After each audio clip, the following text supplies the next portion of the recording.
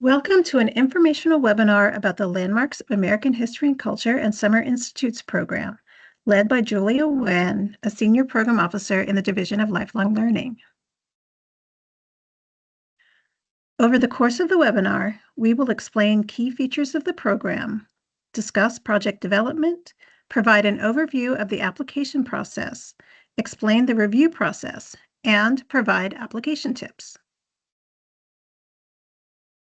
The Landmarks of American History and Culture and Summer Institutes program supports humanities education through professional development for K-12 teachers or higher education faculty. Landmarks and Institutes are residential professional development programs that convene educators from across the nation to deepen their understanding of significant topics in the humanities and enrich their capacity for effective scholarship and teaching. Institutes can engage with any topic in the humanities, while Landmarks workshops must investigate a topic in American history or culture through historic sites. What can you do with a Landmarks or Institutes grant? These images are taken from previous projects and show a little of the range of topics possible. Previous directors, for example, have immersed educators in study of 20th century architecture, the Civil Rights Movement, the history and cultures of the Mississippi Delta, the history and literary output of California's immigrant cultures, early modern European manuscripts, and African history. What are the outlines of the program? Funding is tied to the length of the professional development project. For a one-week project, the maximum award amount is $150,000. For 2 weeks, it is $205,000, and for 3 weeks, it is $230,000. Projects must be offered for an audience of either K-12 teachers or higher education faculty members, so you can't mix the two groups in the same project, and you would apply to offer your project in either summer 2027 or summer 2028. Eligible organizations include 501c3 nonprofits, accredited U.S. public or private institutions of higher education, state or local government, or federally recognized tribal government. What are some important dates? The deadline for applications is June 25th, 2026. This is a firm deadline. And except for the very rare cases covered by NEH's late submission policy, NEH will not consider applications submitted after the deadline. We anticipate that award notification will take place in December 2026. Projects that are running in summer 2027 will have a period of performance starting on March 1st, 2027, and projects running in summer 2028 will have a period of performance starting on October 1st, 2027. What kinds of activities are supported? This program supports professional development programs that vary in length from 1 to 3 weeks. We do not privilege longer or shorter projects, but do be sure that your topic is well calibrated to the number of weeks that you choose. All projects must be in person. There is no virtual option this year. You can choose any number of participants between 25 and 36, but you must target a national audience. All projects must also create a website that will be used for recruitment, for communication with participants, and for dissemination of project outcomes. All of these activities are common to both Landmarks and Institutes. However, keep in mind that Landmarks projects must also engage participants in place-based learning of American history and culture at historic sites. Taken another way, what are the outputs and outcomes of a Landmarks of American History and Culture and Summer Institutes grants? The output is simple: 1 to 3 weeks of sustained engagement with a humanities topic for 25 to 36 participants. The outcomes are deepened participant understanding of significant topics in the humanities and enhanced capacity for effective humanities scholarship and teaching. As you are planning your activities, think also about the people you will want to include on your project team. Every project must have one or more project directors. The director or co-directors are responsible for all of the project's programmatic activities. basically making sure that you do what you said you would do in your application. Each project should also designate a replacement director in case the project director is unable to finish the project for whatever reason. Projects for K-12 teachers should have a K-12 specialist on board who will participate in planning the project and then lead sessions helping participants reflect on what they have learned and providing strategies for teaching new content. The K-12 specialist might be an experienced classroom teacher, an education faculty member, a curriculum developer, a museum educator, or an educator with experience facilitating professional development. Successful projects generally also have a range of visiting faculty members who can offer multiple perspectives on the project. So who are the people who have the subject matter expertise that your project needs? These are often professors, but might also include museum staff, archivists, and others. Finally, running a successful Landmarks Workshop or Institute is a lot of work. These projects are intense and logistically complicated. A good project coordinator is crucial. Earlier, I listed some of the activities the program is designed to support, but there are other things that we cannot support. The Notice of Funding Opportunity, or guidelines, has a full list of funding restrictions, but I thought I'd highlight a few that are specific to this program. First, grant funds cannot be used for the rental of recreational facilities or for any costs related to social events such as banquets or dinners, receptions, and entertainment. NEH funds cannot be used for activities performed by other federal entities or personnel. This is especially crucial to understand for projects that might want to take participants to a historic site owned or administered by the National Park Service or another federal agency like the National Archives or the Library of Congress. It's fine to visit these sites, but you cannot use NEH funds to pay admission fees, rent facilities, or pay staff. Next, grant funds cannot be used for tuition fees for participants or for tuition remission. We also cannot support projects centered on pedagogical theory and strategies or research on educational methods, tests, or measurements. We have gotten some questions about this, so to clarify, how can you execute a project to improve the teaching of the humanities without ever discussing the teaching part? Of course, we expect that projects will include sessions where participants will discuss pedagogy, discuss how they're going to bring content into their classrooms. However, the primary focus should remain on the humanities content. So you've planned your project and you're ready to apply. What are the steps that you need to take? The first thing is to consult the Notice of Funding Opportunity or the guidelines. This will walk you through how to put your application together. We will also refer to this document as the NOFO. On the Landmarks and Institutes program page on the NEH website, you will find resources, including the Application Instructions tab. If you click on that tab and then expand Step 1, you'll find the Notice of Funding Opportunity or the NOFO. Read it carefully. It will tell you what information we want you to include in your application, as well as the questions that reviewers will be asking of your application. Your application is essentially a series of attachments, and in the NOFO on page 8, you will find a table that lists them all. The first and most important is the narrative.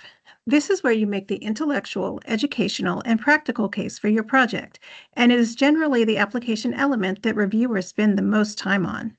The narrative is limited to 10 single-space pages, and this is a hard limit. Other attachments include the work plan, resumes, reading list, academic schedule for your Landmarks Workshop or Institute, letters of commitment from project participants and letters of support, participant evaluations if you have offered a project in the past, subrecipient budgets, your indirect cost rate agreement, and an explanation of delinquent federal debt. Some of these attachments, such as the participant evaluations, subrecipient budgets, and explanation of delinquent federal debt, may not be applicable to every application. The table on page 8 will spell out which attachments are required of all applicants, which are conditionally required of applicants under certain conditions. For example, the explanation of a delinquent federal debt. If your organization is delinquent in the payment of any federal debt, you need to explain why and attach evidence of a payment plan with the IRS. However, if your organization is not delinquent in the payment of federal debt, you don't need to worry about this. Finally, there are some elements that are conditionally required for awardees that can be submitted at the time of application. These include, for example, the certification regarding lobbying.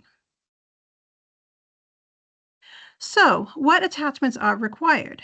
For this program, the required attachments are the narrative, a comprehensive description of your proposed landmarks workshop or institute with its 10-page limit. And remember, this is a hard limit. The narrative has several sections, and the NOFO explains what information you should include in each section. Also required is a detailed work plan that describes the activities that will take place during the period of performance to plan and execute your project. Use a timeline that includes each activity and identifies responsible staff. Explain how outcomes from one activity will carry over into the next. You should include resumes for key personnel in your project. If they have a role described in the narrative and work plan, their resume should be included in this attachment. We suggest a length of 2 pages per person for resumes. You should also include letters of commitment and support from individuals and institutions involved in the project. A reading list is also required.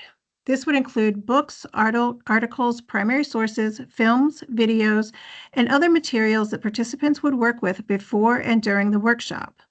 Be sure to indicate whether participants must complete any readings before the start of the institute or workshop. Finally, provide a detailed schedule for the sessions that includes information like a daily sequence of activities, including when and how each day will begin and end, and meals and breaks. The resources, readings, and other materials that participants are likely to use each day, the presenters and their topics, questions to frame sessions and organize discussion activities, sessions for reflection, and sessions for participants to develop materials or plan activities for their own teaching and scholarship.